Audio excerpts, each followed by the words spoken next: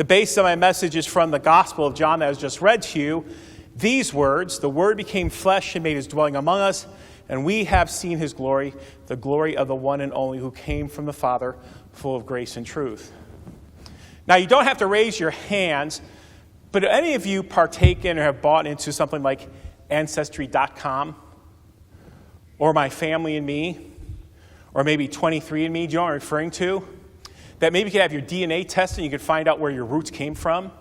There's a growing trend in America that if I find out where I come from, I have a deeper understanding of my family and maybe who I am. And maybe I'll have a sense of purpose and hope for my life. If I understand who I am and where I came from, and if I'm tied more to the past, I'll have a better present, and it'll point more toward the future. Now, I had this unique experience happen to me when I was in high school. I am my father's son. I bear his name. And between my junior and senior years in high school, and you've heard this from me before, that I traveled to Germany for a month to visit with my family. Now, we were separated by thousands of miles and spoke different languages, and we never seen each other before. I saw my grandmother. But for the most part, never seen my family before. The only thing that they knew about me was that I was my father's what? Son. So when I got off the plane, I was treated as such. I was Kurt, my father, Werner's son. This is his son, and he bears the same last name as Mews. And it's sort of unique when people get teary-eyed, even though they haven't seen you before. What type of love there was there. But there was a past to go with my name and who I was. And even though we never met each other, there is a sense of who I am simply because of my family history. I want you to keep that in mind.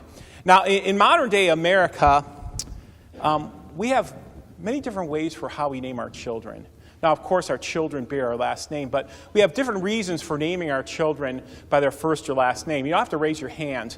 But how many of you are named after another family member? I talked to some of us are named after a family member or a loved one. I had a person whose parents were from Scotland, and they said for hundreds of years, they simply named every generation by flipping the first and middle name. And that's how you could tell which generation. They did that for hundreds of years. The first son, they always flipped the first and the last name. Now, for some of us, maybe we name our children after, I don't know, movie stars or music stars. But some people will name their children in honor of their family, maybe a family member who recently died. Now, family names originally weren't given in random, but they pointed to who we were and what we did. Our names reflect our past. Now, if you wanted to, you can buy a book and that research the history of your family names or your name. Have you ever done that? Do you know what your first, middle, and last name means? Because it does have a meaning. So, for example, if you are a Smith, chances are that your family worked in iron. If you're a Snyder or Schneider, your family was into sewing or clothing. Also, your first name tells something about yourself. If you are a Dorothy, a Jonathan, a Theodore, a Matthew, your name means a gift from God. Of course, Christina, Chris, Kristen, Christopher refer to who? Christ. Even familiar biblical names have meanings like Eve, the giver of life, or Isaac, the Lord's salvation, or Mark. Any Marks out there? Means shining. Or Joseph means increase. Our names reflect many times what our family did in the past or something specific about our name. In many ways, our name and its reputation precedes us. Now, don't laugh. What about Mews? Well, Mews were the people who took care of the animals in the royal king's courts. I don't know, okay? Just don't say I dealt with manure, okay? Anyways, okay. So as Christmas, we celebrate the birth of Christ. Now, who is Christ? Well, what's his name? He is the Messiah, the Anointed One. Now, for the past month, we've been talking to Advent about fathers and sons, correct? We had Adam and his son Cain and Abel. Do you remember what Cain did? Yes. Okay, and then we had Abraham and his half-son. Well, Abraham is sort of his false son. Ishmael came from Hagar, and his real son, Isaac. Okay? And then we had David and Absalom, and we had Saul, and we also had Jonathan. And so today we celebrate the birth of Christ. So it's appropriate for us to celebrate the birth of God's Son. So we say what? Merry Christmas. Merry Christmas. Now for Israel, if I mention the name David, David the name David is loaded. The national flag of Israel is the Star of David. David is the king who brought prominence to Israel. David means beloved. David is synonymous with Israel. But this Christmas morn, we focus on the birth of God's Son.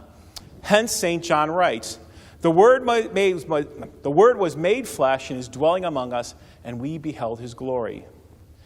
Now, this morning, this glorious morning, we celebrate the birth of God's Son in the flesh. Yet 17 times, not just one, but 17 times in the New Testament, Jesus is called the Son of David. In many ways, David's kingship, his name, precedes Jesus and everything about it. The Son of David shares in many ways the spiritual DNA of Jesus. The family history and title of promise of David is there with Christ. St. Paul summarizes the entire Christian belief in the book of Romans. If you haven't read the book of Romans, it's a whole doctrinal book of the whole Christian content of Christian doctrine. He says this about Jesus, the Son of David. God's promise given by prophets beforehand in the Holy Scriptures regarding his Son, who as his human nature was a descendant of David. Even St. Paul sees Jesus as the son of who? David. Now, we talked about this before, and you saw two nativity scenes. One that I've used for years for children's message that the kids go find, and other ones are beautiful like this. But there's something going on among Lutheran churches and schools, and maybe we should do this. And that's like the last day of school for a Lutheran school, and maybe going into the Christmas celebration. People will bring in their nativity sets. There's maybe 100 of them, and they'll set up their favorite nativity set, and the children get to walk by and see the various art of it. Maybe that's something we could do, maybe in the gym. Set up 8 tables, just have them circle all the nativity sets, and the children get to see the variety of art and the various displays that are there. And of course, no nativity is complete, just like in my children's message, unless who is there? Jesus, who is the son of who? David. We call it Son of David Day. Just think about that. We can see all different nativity sets, but once again, it's not complete unless the Son of David is there. And so, when we talk about Jesus being the Son of David, he really is the fulfillment of prophecy. All the Old Testament speaks about the coming of Jesus. If you're going to open up the Bible and read about all the prophecies of the Messiah, and if I was going to have you get an easel with a big paintboard and a paintbrush and a number of different colors, you'd paint a picture of Jesus. The history of the Messiah precedes Jesus coming in the flesh. Have you ever had to wait long for something? Well, the Jews waited centuries for the Son of David to come to fulfill his mission. And Jesus is that Messiah. Every single Jew knew that Jesus was coming. They were waiting for the Son of David. That promise began with Adam and Eve, remember? He will bruise your heel, but you will crush his what? Head. And Abraham was told to look out at the stars and promise that the number of descendants you'll have will be as many stars in the sky or the sands on the seashore. And who will come from him? Someone who will bless all nations, Jesus. And then finally, it comes to 1 Samuel 7. Let me read this to you. When your days are over and you rest with your fathers, I will raise up your offspring to succeed you, who will come from your own body, and I'll establish his kingdom. So when David becomes king, he's establishing a kingdom that will last for what? Forever. Now, you don't have to admit it, but my kids got into, there's this popular TV series on HBO, the Kingdom of Thrones, what's it called, the Game of Thrones? I know people are sort of into that today. Now, I was never really into Harry Potter. I mean, my kids and my wife really got into it, but I never really got into it. And so a couple years ago, we vacationed and went to Universal. I never knew much about Harry Potter until my daughter took me between these 2 brick walls at Universal Studios, and there I entered into Harry Potter Village as if I was transformed into the movie set. But I didn't know that when the children went to school there, they became a member of a house. And so there's various houses that they went to, and they sort of learned there, and that's where they had their whole education. And for their whole life, they were a member of the house. If you walk down our hallway, right across from the school office, there's names of all our children in our school, and they all belong to a different house, a biblical person. You see, we belong to King David's house. That is Jesus' house. We're part of his kingdom. So when King David is born, his kingdom will last forever. Listen to what the psalmist cries out. So I will establish his descendants forever and ever, and his thrones on the days of heaven. And Jeremiah says this, a prophet, the weeping prophet Jeremiah, whose life stinks, but he has to go on with it anyways.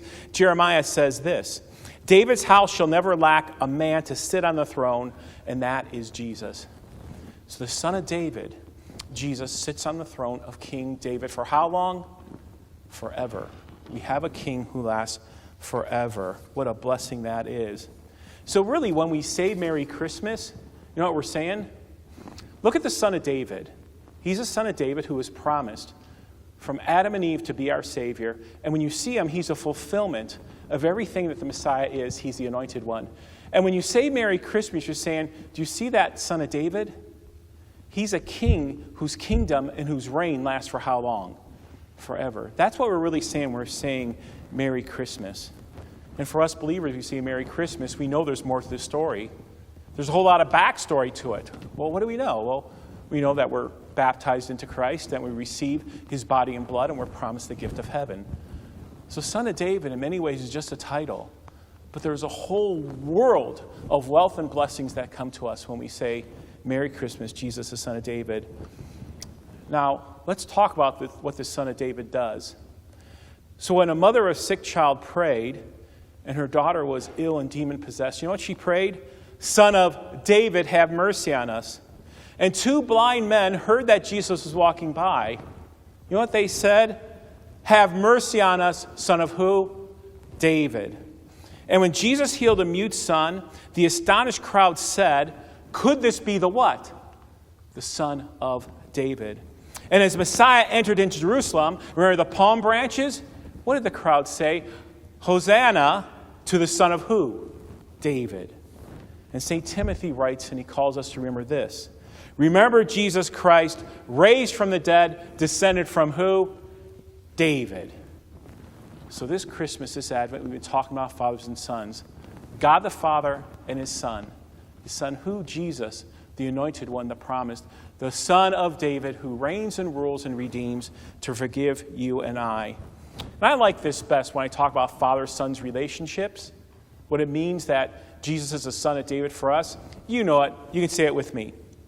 For God so loved, say it with me, for God so loved the world that he gave his only begotten Son, that whoever believes in him shall not die, but have eternal life. Merry Christmas. And through the Son of David in faith, we are God's children and part of that kingdom forever. And all God's people say,